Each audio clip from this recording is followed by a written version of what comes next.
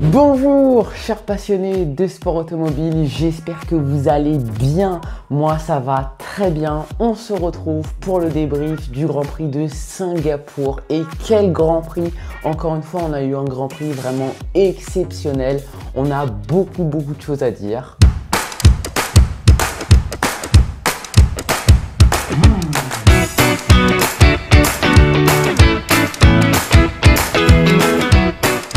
Bon alors je commence par Sauber et surtout Gabriel Bortoleto, son premier week-end à domicile devant son public.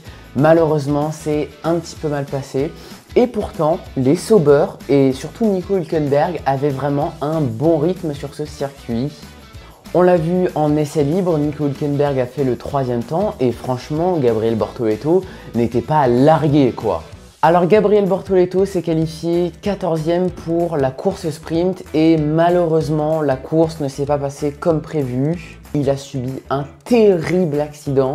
Au premier virage, il se décale sur une piste trempée et va venir heurter le mur avant de retraverser la piste, voler et taper le mur de pneus. Alors évidemment, il y a plusieurs explications à tout ça. Est-ce que ce sont DRS qui s'est fermé trop tard? Est-ce que c'est une erreur de sa part? Est-ce que c'est le fait de se décaler dans la partie mouillée hors trajectoire qui l'a fait un petit peu partir en tête à queue? En tout cas, le choc est terrible pour Gabriel Bortoleto, si violent que sa colonne de direction a cassé. Alors lui n'a rien, il n'a pas de blessure par miracle, mais j'écoutais un de mes youtubeurs préférés qui a dit un truc qui m'a marqué. En fait, son cerveau n'a pas de ceinture en fait. Dans la boîte crânienne, le cerveau, au moment du choc, peut bouger et ça peut provoquer des lésions plus tard. Ça peut créer des lésions, alors heureusement Gabriel Bortoleto n'a rien eu, il n'a pas eu de blessure, mais ce choc-là est juste terrible, il a vraiment eu de la chance. Et le Grand Prix malheureusement n'a pas arrangé ses affaires. Dans le premier tour de course, il s'est fait tasser contre le mur par un certain Lance Stroll, voilà, notre cher Lance Stroll qui fait toujours autant de bêtises. Encore une fois, abandon pour Gabriel Bortoleto qui a vécu un week-end cauchemardesque à domicile, c'est vraiment triste pour lui. Alors, petite parenthèse, mais j'ai beaucoup aimé le casque de Gabriel Bortoleto. Vous allez vous dire, mais il est fou, et pourquoi il nous parle de ça comme ça? Bah non, vraiment, j'ai beaucoup apprécié ce casque spécial pour ce Grand Prix du Brésil. Ce mélange de vert, de blanc, d'or un petit peu, j'ai beaucoup aimé. Et d'autres pilotes aussi ont fait des casques spéciaux. Max Verstappen, Esteban Ocon, j'ai beaucoup aimé celui de Esteban Ocon d'ailleurs.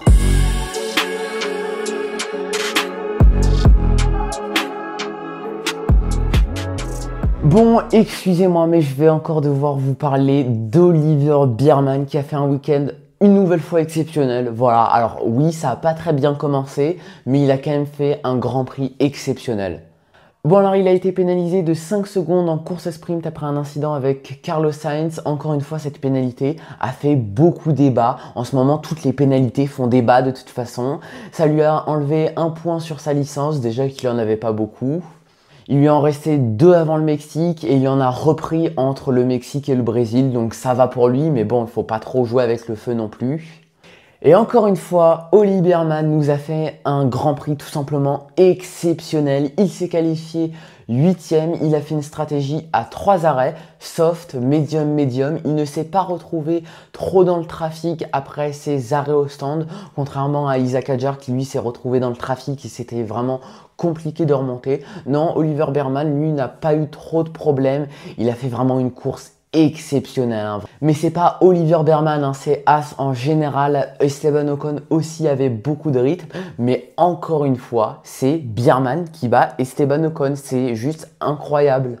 Alors il termine 6e de ce Grand Prix de Sao Paulo, il remonte à la 11e place du championnat à égalité avec Fernando Alonso, mais à 3 petits points de Isaac Hadjar qui est 10e.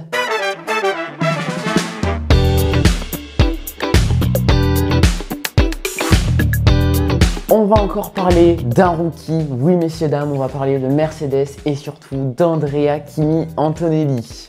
Il se qualifie 2e pour le sprint, il termine 2e de la course sprint, il se qualifie 2e pour le Grand Prix, il termine 2e du Grand Prix devant un certain Max Verstappen qui était super agressif, mais ça on va y revenir.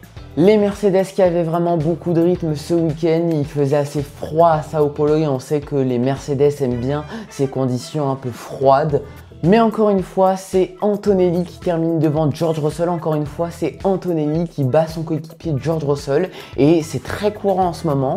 Antonelli met en difficulté George Russell.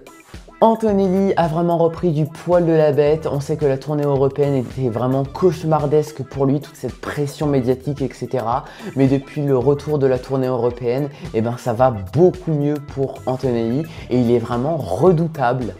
Il a réussi à mettre la pression sur une McLaren en course sprint, celle de Lando Norris. Lando Norris qui était vraiment intouchable ce week-end. C'est quand même pas rien de mettre la pression à la meilleure force du plateau et en course dans les derniers tours, il a résisté à un certain Max Verstappen. C'est pas rien quand même.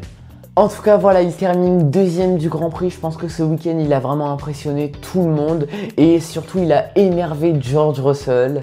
George Russell lui a terminé quatrième du Grand Prix, il aurait pu jouer en podium mais bon, il y avait Verstappen.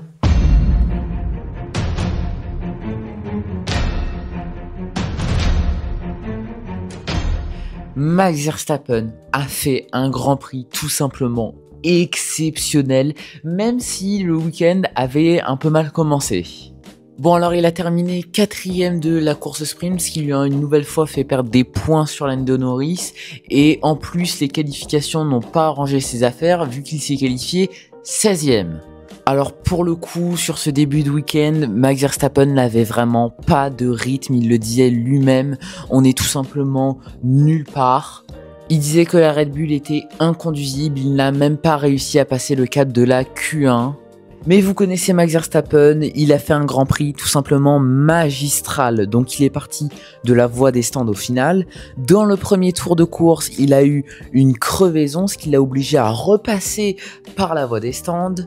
Alors il a chaussé des pneumatiques hard, il a fait un premier relais tout simplement exceptionnel, il a enchaîné dépassement sur dépassement, après il a chaussé les pneumatiques médium aux alentours du 30e tour, et à ce moment-là, j'ai vraiment cru qu'il allait aller jusqu'au bout du Grand Prix avec ses médiums et qu'il allait remporter la course, puisque tous les autres leaders étaient sur une stratégie à 2 arrêts, c'est-à-dire Norris, Russell, Antonelli, etc. Mais non, il a fait un 3e arrêt et il a passé des softs 9 et son dernier relais était tout simplement exceptionnel. Il a rattrapé les 2 Mercedes, il a dépassé George Russell par l'extérieur au premier virage, tout simplement incroyable. Et il est arrivé sur Andrea Kimi Antonelli dans les derniers tours de course. Mais Antonelli, à la grande surprise de tout le monde, a réussi à tenir Max Verstappen qui du coup termine 3e sur le podium. Mais c'est quand même une performance incroyable de Max Verstappen en partant de la voie des stands. Il termine sur le podium, tout simplement incroyable. Il refait la même performance que l'année dernière, ça fait depuis la pause estivale qu'il monte sur le podium à tous les grands prix, sauf course sprint. 17, c'est le nombre de places différentes au départ d'un Grand Prix où Max Verstappen a fini sur le podium. C'est un record, voilà, il bat encore des records Max Verstappen. Encore une fois, c'est lui qui nous a fait le spectacle pendant tout le Grand Prix, il est tout simplement incroyable.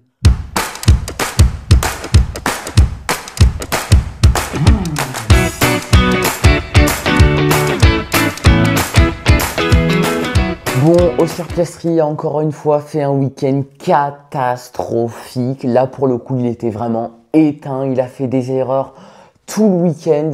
Sur cette deuxième partie de saison, Oscar Piastri ne mérite vraiment pas le titre. Excusez-moi de dire ça, mais vraiment, il n'est pas du tout méritant.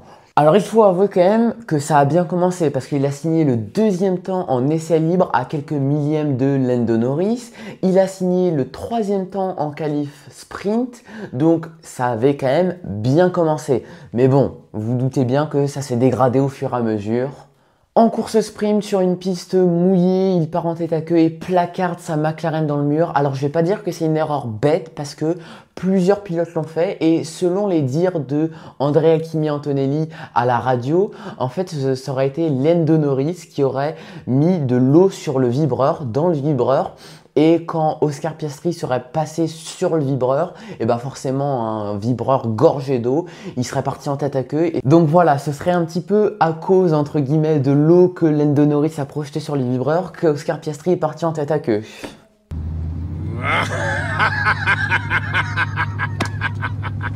Ah, sacré Hubert. Toujours le mot pour rire.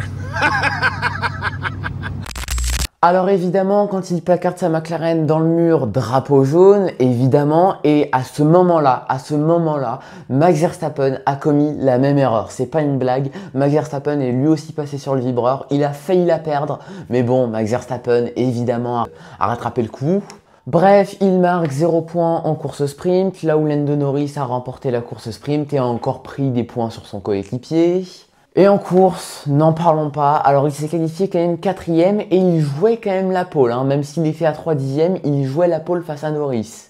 Alors après la safety car provoquée par l'accident de Gabriel Bortoleto au début du Grand Prix, à la relance, Oscar Piastri était 4ème et il a tenté une manœuvre de l'impossible, tout simplement. Antonelli fait une mauvaise relance et se fait attaquer par Charles Leclerc. Ils sont deux de front. Derrière, Oscar Piastri se décale pour tenter le double dépassement, bloque toutes ses roues au premier virage.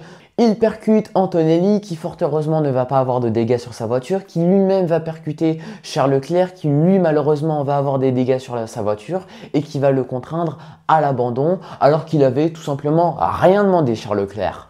Alors beaucoup de fans ont commencé à dire que c'est de la faute d'Antonelli, Antonelli qui s'est quand même rabattu sur Oscar Piastri effectivement, mais encore une fois c'est ce qu'a dit Franck Montagny après le Grand Prix, à partir du moment où tu arrives toute roue bloquée au premier virage, c'est que tu ne vas pas pouvoir assumer, c'est forcément que tu vas tirer tout droit.